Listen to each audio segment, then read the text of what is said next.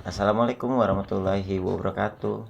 Jadi hari ini saya sedang berada di lab, tadi habis kuliah, salah satu mata kuliah, dan saat ini saya menjalankan uh, studi saya PhD di salah satu kampus negeri di Taiwan. Jadi banyak yang tanya, apa dan beasiswa apa sih kalau kita mau studi atau lanjut di kampus di Taiwan? Yang pertama, sekarang sedang dibuka beasiswa untuk D3 ke D4. Itu nama beasiswanya, programnya 2 plus I atau 2 tahun dari D3 ke D4, kemudian 1 tahunnya kita di industri atau magang. Nah, kemudian beasiswa itu memang program, kalau dulu gabungan dari program kerjasama antara Kementerian Pendidikan Taiwan sama Kementerian Indonesia pada waktu itu. Tapi kalau sekarang kayaknya memang fokusnya pendanaan besar itu berasal dari kampus tujuan atau dari kementerian di Taiwan. Jadi kalau kita sekarang saat ini D3 mau melanjutkan D4 di luar negeri, saya rasa beasiswa ini sangat cocok untuk dicoba.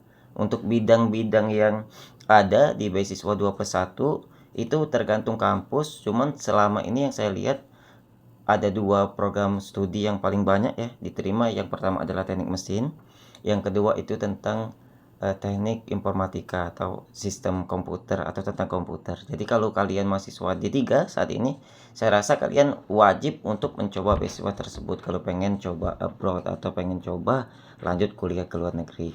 Kemudian kalau beasiswa S2, untuk kita saat ini S1, kita mau S2 di Taiwan, ada beberapa opsi yang memang bisa kita coba.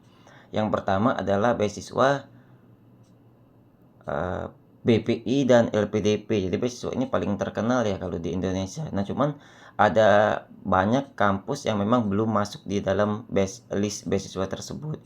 Jadi kalau misalnya kampus tujuan kita belum masuk list, kita bisa coba opsi yang kedua. Nama beasiswanya adalah beasiswa MOE atau Minister of Education Taiwan. Nah, itu biasanya bisa kita buka di link studi in Taiwan. Kemudian beasiswa itu memang untuk panitianya atau iya panitianya berkas itu ada di TETO atau kantor perwakilan yang ada di Jakarta dan Surabaya. Tapi kalau berkasnya setahu saya dikirim ke TETO. Untuk syarat-syaratnya bisa dilihat nanti, bisa di-search di Google untuk syarat-syaratnya. Kalian bisa coba link dan daftar di beasiswa tersebut. Kapan bukanya? Kalau setahu saya sih bukanya itu setiap awal tahun Januari sampai bulan 3 atau bulan Maret. Nah, itu kalian bisa coba untuk beasiswa tersebut. Opsi yang kedua, kalau kita dari S1 ke S2, kita bisa juga daftar beasiswa master. Setiap kampus, setahu saya ada beasiswa namanya beasiswa dari kampus itu tidak atau parsial ya, tadi tidak semua dibiayain. Contohnya di kampus Nasional Chin-I of Technology, mungkin salah satu kampus 10 terbaik di bidang teknik ya yang ada di Taiwan. Itu kampus saya kuliah. Saya lihat itu udah buka beasiswa gelombang 1 dan gelombang 2 untuk di tahun ini ya. Jadi beasiswa tersebut mengcover 1 tahun kuliah, 1 tahun gratis. Kemudian untuk biaya tahun kedua kita harus bayar. Nah, bayarnya itu berdasarkan dari skor bahasa Mandarin kita. Karena kalau di S2 di Taiwan kadang-kadang kita juga dituntut untuk belajar bahasa Mandarin, apalagi kalau S1. S2 juga dituntut, kalau S3 full internasional atau bahasa Inggris, tapi kadang-kadang ya kalau kita komunikasi kita wajib lah untuk belajar sedikit bahasa Mandarin. Karena itu kan untuk diri kita sendiri. Jadi kembali lagi ke beasiswa yang S2 tadi, jadi kita akan dinilai dari skor bahasa Mandarin kita. Jadi bahasa Mandarin kita apakah kita bayar setengah ataukah kita bayar gratis di tahun kedua itu tergantung dengan kualitas bahasa Mandarin kita. Itu kalau di kampus ini. Jadi beasiswanya apalagi dapatnya? Setahu saya dapat beasiswa itu untuk di kampus saya itu dapat biaya per bulan. Biaya per bulannya kalau S2 itu dapat biaya per bulan sekitar 10 juta ya untuk 4 tahun, untuk 4 bulan itu 1 semester tersebut. Tapi kalau untuk S3 itu dapat 10.000 atau 5 juta per bulan. Itu untuk uang makan ya, kalau untuk di jenjang S3. Jadi dua itu yang saya tahu. Kemudian apakah setiap kampus itu kebijakan sama? Kebijakannya beda-beda untuk beasiswa internal kampus. Kadang-kadang kampus tersebut bisa aja full 2 tahun, kemudian dapat biaya per bulan bisa saja. Makanya kita harus lihat untuk beasiswa internasional setiap kampus, itu ya. Dan untuk jenjang S3 ada beberapa beasiswa. Yang pertama kita bisa daftar LPDP. Kalau LPDP ada nama kampusnya Tsinghua University, itu mungkin peringkat 300 dunia, itu masuk dalam list LPDP. Kemudian ada beasiswa BPI untuk Taiwan, itu saya lihat kampus saya sudah masuk di tahun ini. Bisa daftar di beasiswa tersebut atau bisa daftar di MOE, sama kayak beasiswa yang saya bilang tadi. MOE sangat menggiurkan untuk beasiswanya. Kalau di jenjang S3 yang saya tahu dia akan dapat uang sekitar 20.000 per bulan. Kemudian ada biaya SPP udah di cover 4 bulan 4 tahun selama kita kuliah PSD. Kemudian ada biaya per bulan sekitar 20.000. Belum lagi kita dapat beasiswa dari lab itu atau profesor kita. Kadang-kadang kita minimal dapat itu 10.000 atau 5 juta per bulan sampai 20.000, itu tergantung dosen atau tergantung profesor kita. Jadi kalian wajib untuk mencoba beasiswa tersebut. Kalau beasiswa di kampus saya yang jenjang PSD itu mendapatkan biaya gratis itu 2 tahun. Kemudian untuk biaya per bulan itu kita mendapat 10.000 atau 5 juta. Kemudian nanti akan ditambah dengan biaya kita atau beasiswa kita dari lab atau dari profesor kita. Jadi intinya setiap kalian kalau punya mimpi untuk sekolah dimanapun, kuliah dimanapun, ya kalian harus mempunyai opsi A dan opsi B. Kemudian kalian harus mempunyai apa sih passion kita, apakah passion kita di kuliah, mau jadi dosen atau mau jadi apa. Karena sebenarnya di dalam hidup kita tidak bisa mendapatkan semuanya. Kadang-kadang kita harus memilih salah satu dan apa yang kita pengen. Kemudian tentang kita bicara tentang bagaimana pola pendidikan di Taiwan. Kalau saya merasa saya beberapa kali pernah walaupun cuma berkunjung atau sebatas seminar. Saya pernah datang ke Malaysia, kemudian saya pernah ke Singapura, kemudian saya pernah ke Amerika di Arizona State University, itu hampir 1 bulan bersama teman-teman dosen. Pada waktu itu pelatihan, saya lihat sebenarnya ketika kita memutuskan kuliah di luar negeri, yang paling utama adalah pertama adalah keberanian untuk belajar bahasa Inggris. Kadang-kadang bahasa Inggris kita boleh dibilang nggak terlalu bagus, tapi ketika di luar akan ada keterpaksaan untuk kita belajar bagaimana kita mengupgrade bahasa Inggris kita secara terpaksa dalam tanda kutip. Akhirnya apa? Akhirnya ketika saya kuliah di kampus yang boleh dibilang bahasa Inggrisnya bukan bahasa utama di kampus tersebut, di sini kan pakai bahasa Mandarin di Taiwan. Bahasa keduanya bahasa Inggris.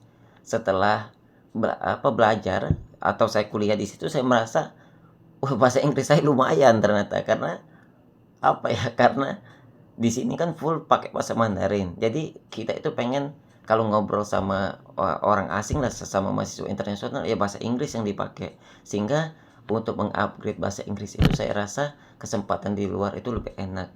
Kemudian yang kedua, kalau memang ada mimpi untuk kuliah di Taiwan atau di Cina, saya rasa kalian butuhlah belajar basic Mandarin setidaknya. Kenapa? Karena kalau kita bisa basic Mandarin, kita akan mempunyai kesempatan yang lebih untuk berkarya. Contohnya di sini saya punya beberapa teman yang bisa bahasa Mandarin, akhirnya dia menjadi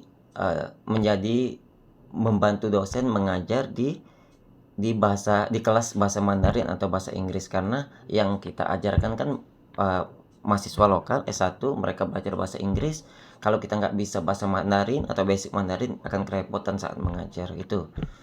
Yang ketiga, saya merasa kalau kuliah di Taiwan, walaupun di sini di sini itu basicnya industri banget. Jadi kadang-kadang dosen, profesor yang ngajar itu profesor yang berasal dari industri. Jadi dia punya pengalaman yang banyak tentang industri. Jadi kalian akan banyak mendapatkan ilmu yang full tentang bagaimana mengemas suatu pendidikan vokasi dengan industri. Kemudian di sini yang keempat, saya merasa bahwa kalau untuk di kelas kita akan ketemu dengan profesor yang memang publikasinya banyak, rata-rata mereka punya publikasi internasional Q1, Q2, sehingga kadang-kadang kita dituntut untuk belajar menulis dan meningkatkan kualitas tulisan kita. Jadi di sini kita akan belajar bagaimana membuat paper yang bagus atau paper yang memang bisa layak untuk dipublikasikan di jurnal Scopus Terindex. Kelima, di Taiwan dosen terutama atau profesor di sini mempunyai jiwa untuk tepat waktu, atau mereka rajin-rajin saya lihat. Jadi kalau misalnya kita membawa kebiasaan kita telat di kelas, kemudian kita terlihat terlihat malas, itu saya rasa kalian akan menjadi mahasiswa yang biasa aja kalau di luar negeri. Tapi kalau misalnya kita sudah punya basic, menghargai waktu, kita bisa bersaing, saya rasa banyak mahasiswa Indonesia yang berprestasi kalau di luar negeri. Saya lihat sendiri. Yang keenam, di sini kalau belajar, saya sebenarnya di sini sedikit di luar lintas ilmu saya ya Kak. Saya kan S1 pendidikan teknik mesin, S2 saya pendidikan teknologi kejuruan teknik mesin juga atau teknik otomotif. Yang ketiga saya ngambil di teknik murni, PSD ke teknik murni atau di bidang teknik.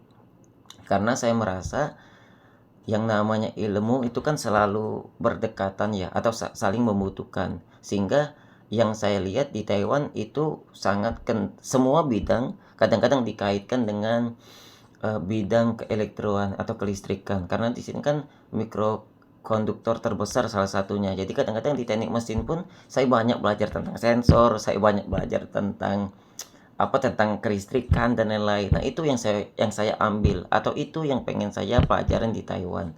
Karena waktu jadi dosen 5 tahun, jadi dosen 6 tahun, karena dulu saya awalnya dosen di Politeknik Kebumen, kemudian saya lanjut di Politeknik Negeri Subang. Saya tertarik untuk belajar tentang otomasi atau bidang otomatisasi. Jadi saya mengambil di bidang teknik murni. Apakah berat? Saya merasa kalau kuliah di S1 dan S2 dulu dibanding S3, saya ngerasa tidak terlalu berat untuk kuliahnya ya.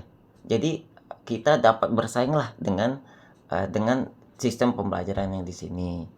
Yang ketujuh, saya melihat kalau khusus di Taiwan, saya melihat banyak teman-teman mahasiswa S1, S2, S3 kadang dia kerjanya bukan hanya kuliah, jadi mereka juga banyak part-timer. Part-timer itu banyak, ada yang misalnya bantu-bantu di industri, misalnya di operator mesin CNC misalnya, atau dia bantu mengajar bahasa Inggris. Ada juga misalnya bantu-bantu di masjid. Kemudian ada juga yang part-time-nya jadi pelayan di suatu di rumah makan atau di tempat swalayan. Saya rasa itu kesempatannya sangat besar, dan banyak mahasiswa yang belajar kuliah kemudian dia part-time juga. Jadi dia punya banyak kesempatan untuk mengembangkan bahasa Mandarinnya kalau di Taiwan. Kemudian yang terakhir, saya rasa saya nyaman untuk kuliah di sini. Secara umum di pendidikan di pola pendidikannya saya suka. Jadi saya ketemu banyak teman-teman yang mensupport secara positif, ketemu lingkungan yang alhamdulillah sportif. Apabila kita berprestasi ya kita didukung, kalau enggak kita akan disupport. Ya saya secara umum suka dengan pendidikan yang ada di sini. Ini semester pertama saya sebagai mahasiswa PSD. Kemudian saya punya satu anak dan istri. Saya coba untuk mengajak istri dan anak saya untuk berada di Taiwan, terutama di kota Taichung, karena di sini kampusnya banyak. Kemudian di sini juga hal yang baru, karena saya dari dulu saya suka belajar, saya suka tantangan, saya punya impian, dan kadang kita tidak bisa mengambil semua dalam satu impian kita. Mungkin itu yang saya bagi. Kemudian tips kalau memang pengen kuliah di Taiwan, saya rasa kalian yang pertama bahasa Inggris wajib punya sertifikat. Kalau memang bisa belajar bahasa Mandarin dulu ya belajar bahasa Mandarin. Yang kedua, untuk jenjang S2 dan S3, terutama S3, kalian harus punya profesor atau promotor lah, atau dosen yang akan kalian ikuti nantinya, karena di situ akan menentukan bagaimana kalian bisa riset secara baik. Yang ketiga, mungkin kalian perlu kontak-kontak teman-teman yang sudah di Taiwan untuk menanyakan kampus-kampus yang kalian tuju. Mungkin itu. Semoga kalian segera menyusul kuliah di Taiwan. Saya tutup. Wassalamualaikum warahmatullahi wabarakatuh.